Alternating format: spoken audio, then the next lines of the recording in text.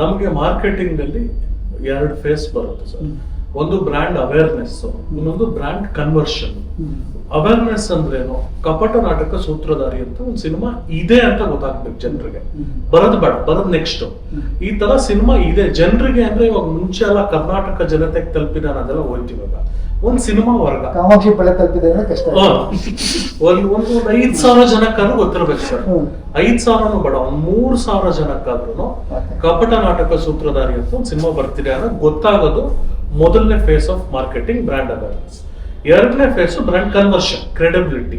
ಈ 3,000 ಜನಕ್ಕೆ ಗೊತ್ತಿದೆಯಲ್ಲ ನಮ್ಮ ಸಿನಿಮಾ, ಅದ್ರಲ್ಲಿ ಎಷ್ಟು ಜನ ಇವಾಗ ಬರ್ತಾರೆ?